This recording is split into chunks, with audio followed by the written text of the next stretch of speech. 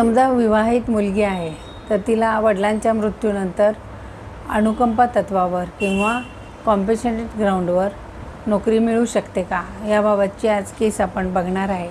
तर याच्या फॅक्ट्स आधी बघूया। तर या फॅक्ट्समध्ये असं होतं की जेव्हा वडिलांचा मृत्यू झाला तेव्हा त्या घरामध्ये 3 बहिणी आणि आई असं होतं। त्यानंतर तिचं लग्न झालं। नंतर तिने जवळजवळ 6 वर्षानंतर त्या वडिलांच्या त्यांच्या जागेवर कॉम्पेन्सेटेड ग्राउंड्सवर नोकरी मिळण्यासाठी तिने अर्ज केला, परंतु त्या कोर्टाने असा त्याचा हे दिलेला आहे की अतिशय उशिरा तिने 6 वर्ष म्हणजे खूप उशिरा तिने त्याचा क्लेम केलेला आहे।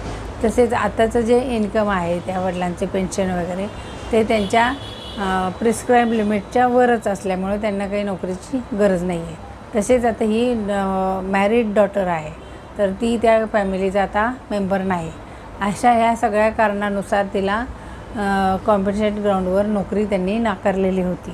मग त्याच्यानंतर तिने वरच्या कोर्टामध्ये अपील केलं आणि त्या वरच्या कोर्टाला तिने सांगितलं की कशी मला त्या नोकरीची गरज आहे, आणि हे सगळं तिने सांगितल्यामुळं वरच्या कोर्टाने असा निकाल दिलेला आहे की जरी ती मुलगी विवाहित असेल तरी ती त्या फॅमिलीची आधी मेंबर होती। जेव्हा मृत्यू झाला वडिलांचा तेव्हा त्या फॅमिलीची ती मेंबर होती, तर तिला ह्याच्यामध्ये नोकरी मिळावी। जरीही हा तिथे उशिरा अर्ज केलेला असेल तरीसुद्धा तिला ती फॅमिलीचा मेंबर गृहीत धरून तिला कॉम्पेन्सेटेड ग्राउंडवर नोकरी तिला देण्यात आलेली आहे। वरच्या कोर्टाची अशी ऑर्डर आहे।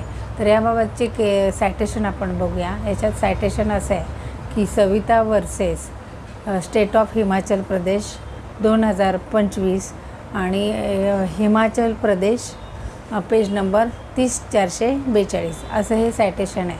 तर आपण लास्टली असं सांगू शकतो की जरी मुलगी विवाहित असेल तरीही वडिलांच्या जागेवर तिला अनुकंपा तत्वावर नोकरी मिळू शकते।